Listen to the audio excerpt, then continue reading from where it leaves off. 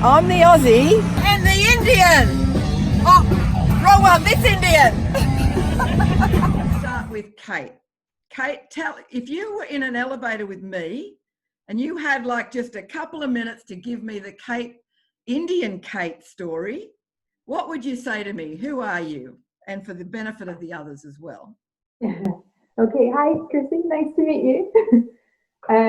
So yeah, my name's Kate. I'm from Edinburgh in Scotland. I feel a bit like this is alcoholic anonymous. I'm an Indian rider. Just for a year now. I passed my test a year ago, so I've had my scout. I'm just a baby. So you're on a scout, which is great, and you've been riding an Indian for a year. Is this your first motorbike, Kate? Yeah, my first motorbike. So you're new to the whole motorcycle world. Totally, yeah. Well, congratulations. You were talking about your Bert Munro challenge. My bike is called Bert after Bert Munro. Oh, okay, nice. Bert, of course, good one. All right, thanks, Kate. Okay, now we've got Dad, Mad, and Mama Soph. So give us, so let's start with Mama, ladies before gentlemen. Mama Soph.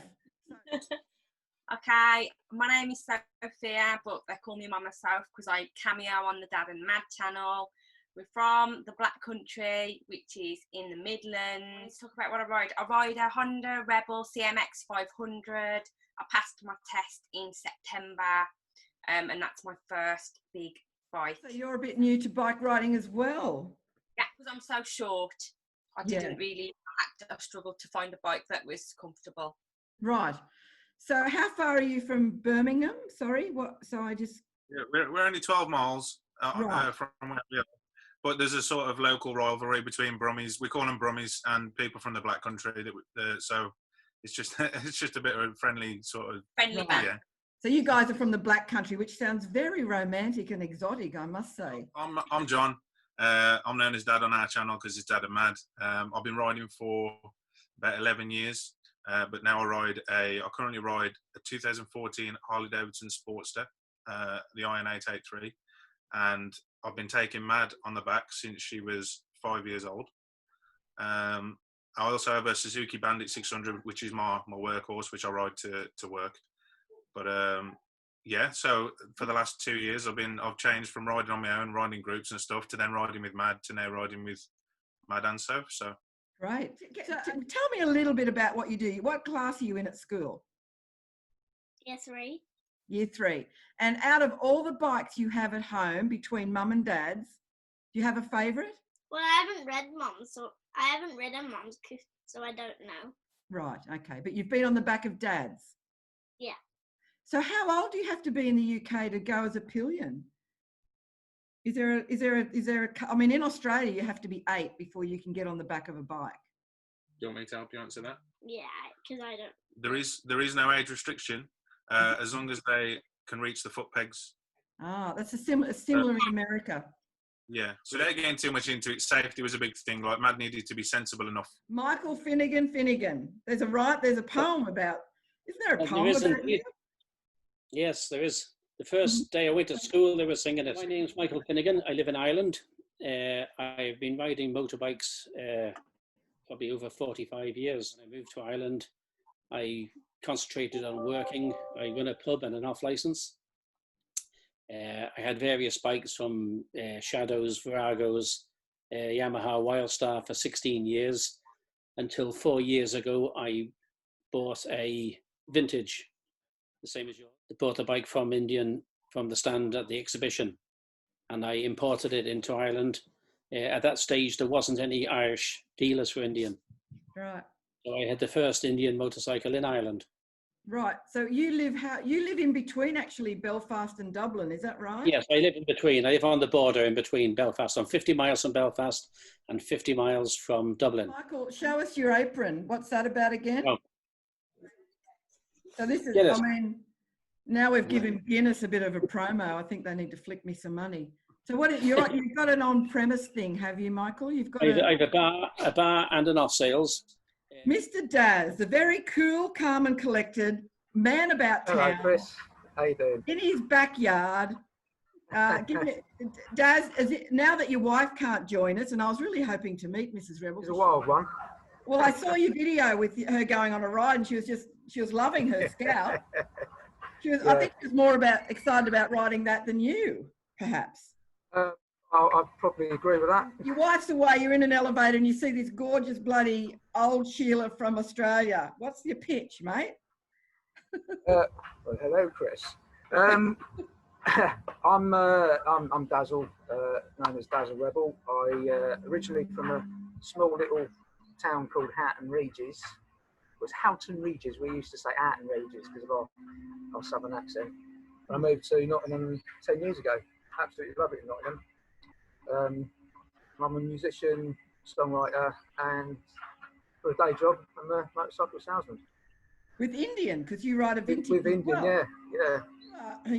You are leading the life, really. You know, you've got music and motorbikes, which is, of course, my passion as well. And when I do get to England, I'll be doing a whole story about you and your music.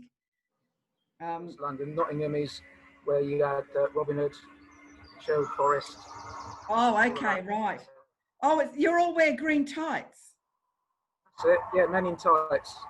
Okay, It's, you'll have to show us later. No? Dad and Mad and Mama Sofa in the West Midlands. I'm in the East Midlands. Oh, okay. So you're not far. Have you guys ever met face to face? Patrick, now what's before we go, Patrick, what's that big thing behind you? Oh, that's just a backdrop I've got on my phone because I'm sitting in the car. Oh, That's you see, that's an angel. It's made out of scrap metal. It's in one of the villages in the countryside around here. Oh, okay. So you've made your own virtual background. You're a professional at this. Oh no, I just took a photo and you stuck it up, didn't you? Copied it over. Yeah. Okay, Patrick, do your hardest and try and pick me up with, give me the Patrick spin. Hi, I'm Patrick. I live in Northfleet in Kent, which is about an hour southeast of London. Been living here all my life. Riding Indian Scout. I've had it for just under 3 years now, and that's my first motorbike. Oh, really? And since I've had it, I've taken some advanced training, passed my advanced riding course. Mm-hmm. So that's helped me out a hell of a lot. I work in the digital print trade. So when I come over there, you'll give me a tour around Kent and show me the bloody Definitely. white horse? Good. Definitely. Good. But okay. Because I ride a Scout, I haven't got room on the back for you, so you'll have to bring your own bike. Yeah, no, I'll get my own. Don't you worry, I'm not getting on the back of any bloody bike. I'll be riding my own. Thank you very much. Now I'm going to the next question. How far from are you right in the city of Edinburgh, or you know? Yeah, I tried to set up this chat for our balcony because you can see Colton Hill from our balcony. Oh, right. We're like, you can walk to the castle here from maybe about 15 minutes. Okay, what's it called? What hills? Colton Hill. Kalton. It's there's a couple of monuments on it and an old observatory. Right. And it's kind of at one end of the city, and then the Edinburgh Castle's up the hill the other. In the 70s, when I was hitchhiking around Europe, it's an Australian thing to do. It's part of our rite of passage. We need to take a year off and hitchhike through Europe and the UK. And I found myself in Edinburgh at some bloody vegan hippie compound where I was starved for a week, and it cost me a fortune to get nothing. Not even, I think I had to sneak down to the creek and get water. That's another era that one day you will learn about in the history books about the 70s. And you will go, oh my God, how could they have done all of that stuff? Right, okay, Kate, I'm back to you now with the next question. And I join these two up because they're similar. So your death row, I hope you all understand this term, your death row meal and your death row date. So I'm going to go straight for the shots. Oh, you're going to do shots. Okay, no food. So you don't need nutrients. No, okay, straight for the shots. That's the first time anyone has said that. Good on you. And your date? It's the Scottish in me. Yeah, it must be, yeah. It's a little bit greedy, so I'm going for a mishmash. I'm going to go for Tom Hardy's eyes and abs, and Rafa Nadal's muscly legs. All right. And Daniel Craig whispering yummy things in my ear, please. Wow. Well, Kate, you have you've created something different for me. No, made a Frankenstein of the 3 best blokes that she would want to be on a date. I love your style. We're going to get on famously when I get over there. My death row meal is going to be a Sunday roast. I love a classic Sunday roast. I need like carrot cake and all the cream. Right. And then for the death row date, we decided that me and Mum and Dad would go on a final ride together on the bikes. And and then go and just enjoy each other's company. Oh, aren't you sweet? You guys are so well trained. Look at you. You're so okay. So outside of John as being your death row date, is you got a little secret there that you can share with us? Fortunately, I've got a few.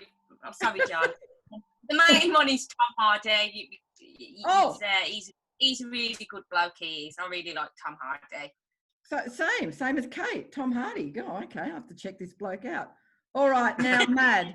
Now has Mad been, has Mad got a bit of an idea of what meal she, what the death row meal concept is? Tell me, Mad, tell me. Bacon, spam, and chicken nuggets. Bacon, spam, and chicken nuggets. Wow, okay. The chocolate cake and chocolate ice cream with a little bit of strawberries. Good grief, that's a mixture and a half. I think I can give everything you said a tick. I'm not sure about the spam. That's that stuff in a can, isn't it? Well, yeah. Okay. I'm a simple man. I just want a southern fried or deep fried chicken burger on a brioche bun with bacon and cheese, barbecue sauce, maybe some curly fries, and some really good donuts for dessert. Oh, okay, right. And That's it. And apart from Soph, because I know the two of you are going to ride off into the sunset. I know that. Is there, have you got a secret little sort of thing going on with some famous celebrity that you quite fancy? I've always had a bit of a thing for Jennifer Love Hewitt. I must say. Okay. That's for a meal. I'd probably have a nice T-bone steak, some cauliflower, cheese, fried onion, creamy mashed potatoes, and a nice bottle of Irish whiskey to wash it down. Okay, who's your secret death row date? Well, it's no secret after this. Well, I don't have a secret death row date. If I had to spend a last meal with somebody, I'd like to spend it with my daughter. We spend a lot of time together, bite together. Yes. You're up, mate. Got someone just come here, Chris. Oh my God, it's the beautiful Mrs. Rebel. Get on his lap and join us. I'd probably start with chili and nachos. Oh, okay. Have a nice vegan Indian, followed by a Sunday roast, and then rhubarb crumble. And your death row date? My missus and the cats. Oh, Christ almighty, you guys, you're also bloody well trained. Come on, I want some dirt. If it would be someone else, it would be Goldie Hawn in her prime. Oh, okay, yeah, she was fun. Your death row meal. Oh, that's such an easy one. My favourite meal is bangers and mash, or sausages and mash, as we call it, with gravy and onions as well. And then to finish off, I'll have homemade rice pudding. And your death row date?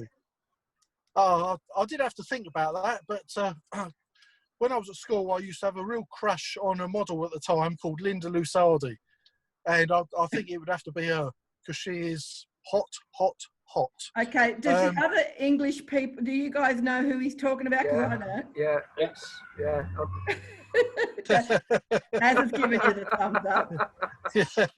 Page 3, Sun Mirror Girl, was she? Yeah, she was. And not only that, she was intelligent, she could hold a conversation, and she's a really nice person as well. Is that right? Is it, Patrick? You it is, yes. Very well. Good on you. I remember when I was in the UK, the page 3 big thing was Samantha Fox. Was that her name, Samantha Fox? Yes. Yeah. That was the big thing. Hey, tell me, do they still do page 3 Mirror Girls over there? No, I think they stopped it a while ago now because of political correctness and all that stuff. I would imagine. I would have been really surprised if you said that they still do. Okay, now quickly, Kate, if you were on a desert island and you had to take 3 artists with you to sing you your favourite music, who would they be? Yeah, between a bit of Johnny Cash. Yeah. And then maybe a little bit of S Club and Britney. Oh, see, I'm old. I don't know what S Club is, except that it might stand for something completely different over here. What is S Club? No, I'm old for S Club too, to be honest. It's like a teenage band from. Oh, is it? Yeah. I'm going to have to look them up as well. Oh my God, I'm learning something. So Johnny Cash, S Club, and Britney Spears. Yeah. Right. That's only. We picked one each because we picked one band each. Lovely. That's fine. Yeah. Yeah. So I picked the Foo Fighters because they're like one of my favourite bands, and I don't think I could live without listening to that music. Okay. Foo Fighters. Matt. Kiss. You said Kiss, but I couldn't see the graphics. Wow, you're Kiss. Okay. So mum and dad have been grooming you then, I think, because Kiss is like a bit older, but cool. We discovered when we watched an episode of Scooby-Doo, there was a Kiss special. Yeah, it's not an and she episode. loved it. Well, a film, a Scooby-Doo. Yeah, Mum. It's not a bloody episode. And then after that, I was addicted to Kiss. So, and they do put on a good show. We went to see them live. So, yeah, you love Kiss, don't you? Yeah. Oh, Mad, you're going to have to get dressed up in a Kiss character one day and show it. Get Dad to take some pictures of you. Well, we already have done that. We put the face paint on for the gig last year. We'll send you a photo, Chris. Please do. Oh, if you can, and I'll put it into this video so everyone can see that. Right. Well, Okay. I thought there's a bit of older sort of glammy rock, and then you got your more new rock. So I thought I would want to mix it up. And being on a desert island, I thought Bob Marley would be a good choice. Yeah. Oh, nice. Right. Okay. That's a really nice mix you've got there. That your island's going to be humming with those. First would be Cat Stevens. Oh yeah, that's my era. Second would be Hootie and the Blowfish. Oh yeah. Yep. And Simon and Garfunkel.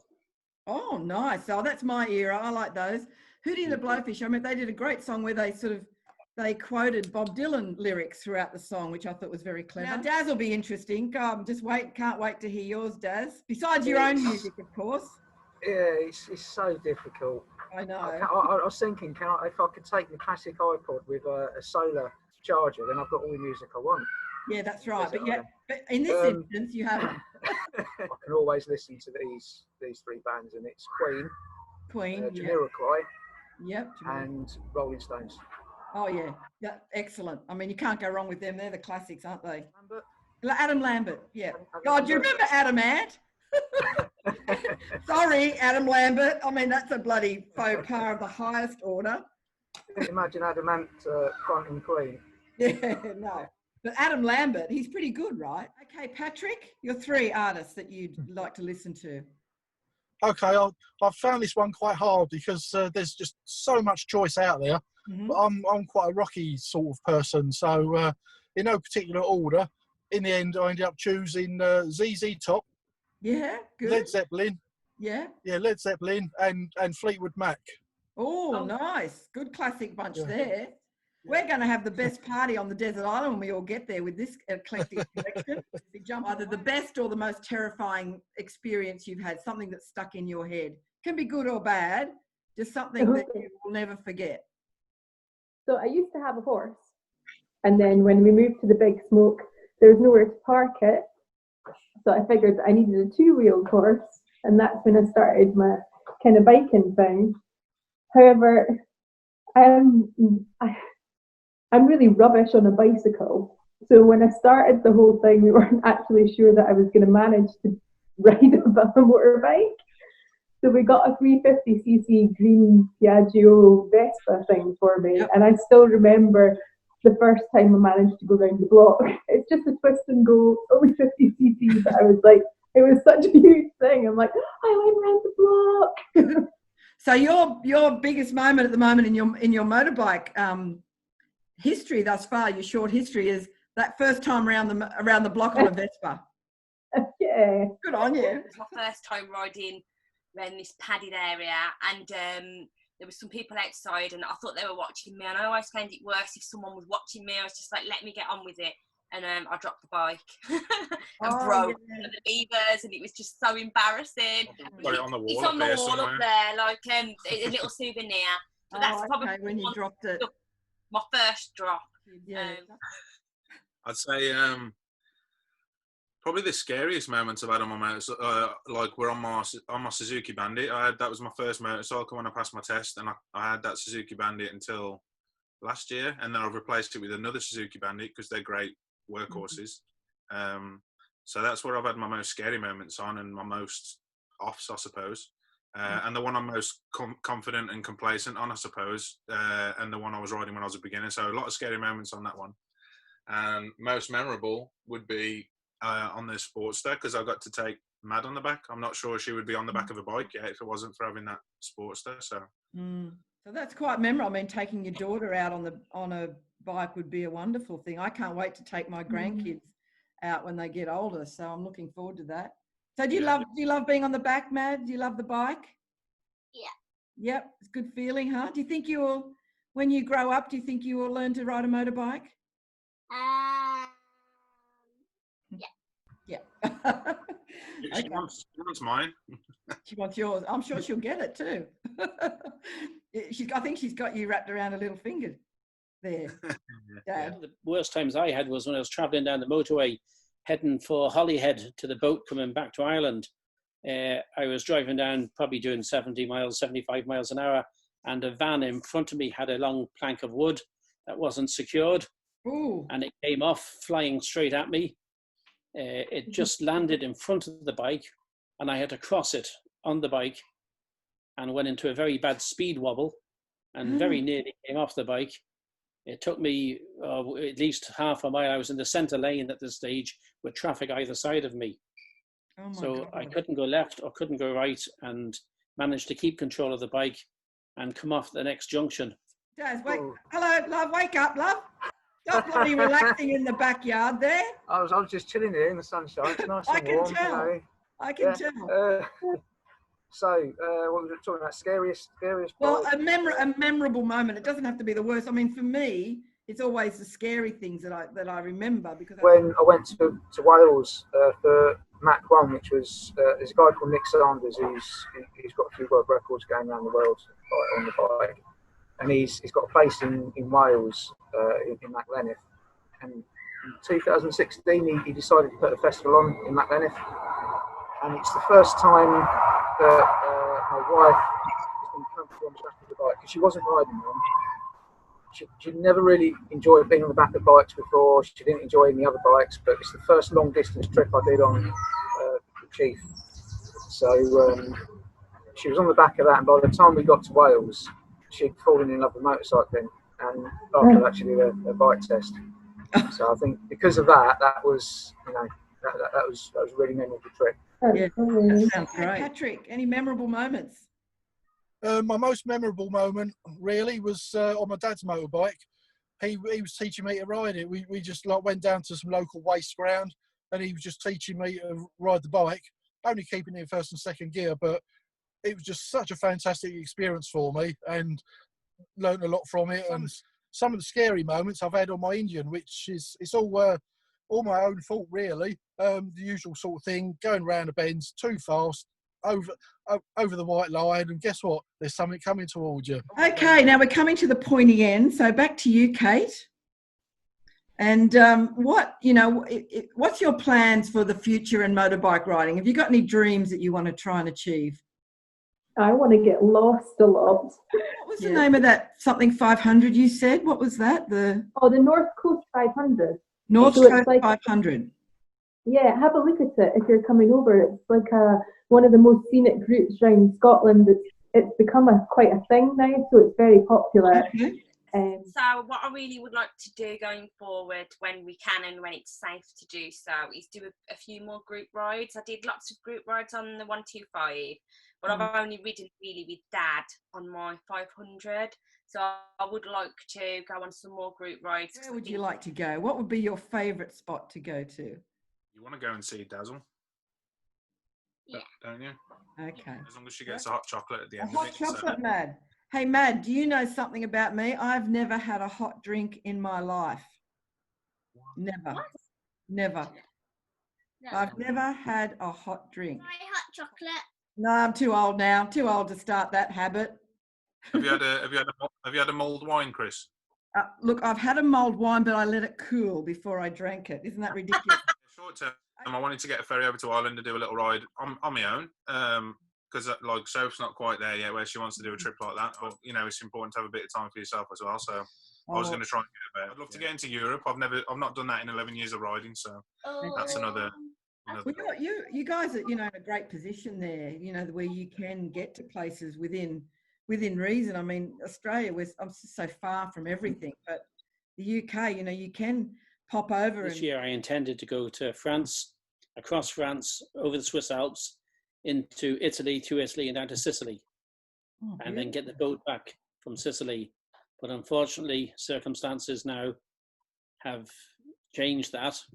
But I was talking to a friend of mine yesterday, and he fancied going through France, over the Pyrenees, and into Spain, and come up through Portugal. Nice. So it'll be one of the two. There's a few. It's quite a tough one. This one of my friends in the motorbike group. What he did one year. He went from Alaska in America, North America, right down to the bottom of South America. Ushuaia, I think it is, in Argentina. I'd like to do something like that. One good thing about being in the European zone, I guess, that you. I can make up my mind tomorrow and go through Wales. Or I actually done a day trip to Scotland. I went over in the morning and came back that evening.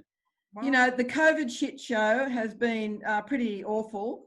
So, has there been a positive for you in during this lockdown? We're all in the same boat, regardless of what country. Give us a positive that's happened for you in your life. So there's lots of positives.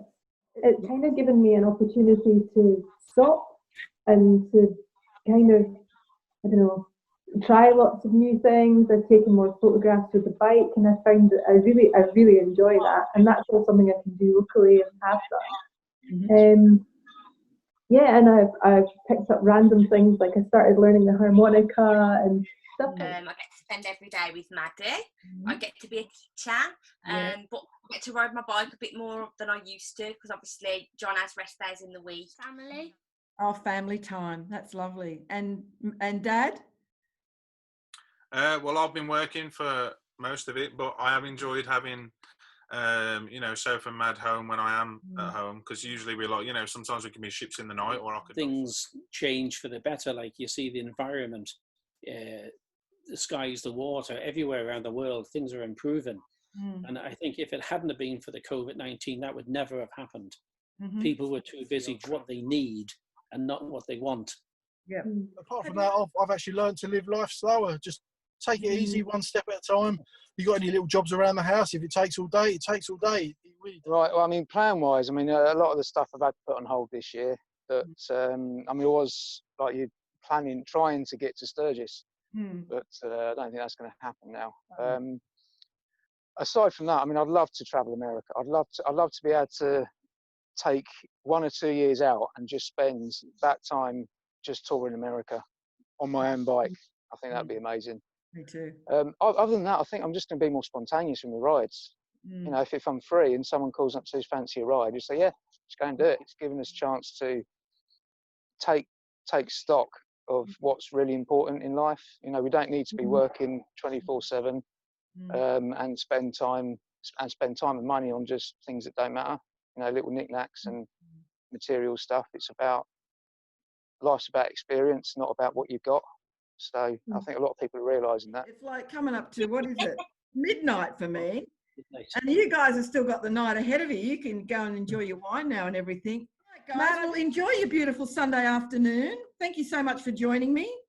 And I'll just see you on social media. Isn't it amazing how we've all connected? I think it's great. And Kate, for coming at the last minute. Dad, Mad, Soph, Michael Finegan. I want to sing when I say your name, Michael. I want to actually go like Michael Finegan, or however it went. I'm going to actually Google that now as well. Might put the soundtrack of that on here. And Patrick, and of course the man in his backyard, Dazzle Rebel Rides. And I will put all your, any questions of anyone? No? I must say that I thought this might have been an intervention or something. with all these Indian riders. I thought you were going to. No, not at all. I was glad that you guys were in, because I don't want to be just, the Indian thing. It's just that I probably have more followers on Indians that connect because of who I am, but I actually try and find people on other bikes. Yes. We've all seen the movie, haven't we? The World's Fastest Indian. It's a great movie. Have we all seen it? Yes. No, it's a terrific movie. I mean, outside of the fact that it's Indian, it's actually a really good story. Yes, I've actually got a tagline now. I'm, the world's not so fastest Indian. Right. Cheers, Chris. See you, everyone.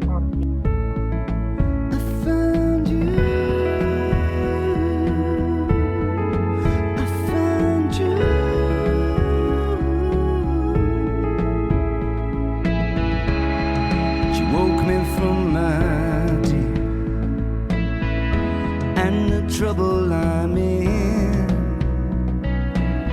twisted fatal sweet hope, love me on to the sand, just a little bit warmer, a little bit brighter now, just a little bit older, a little bit wiser.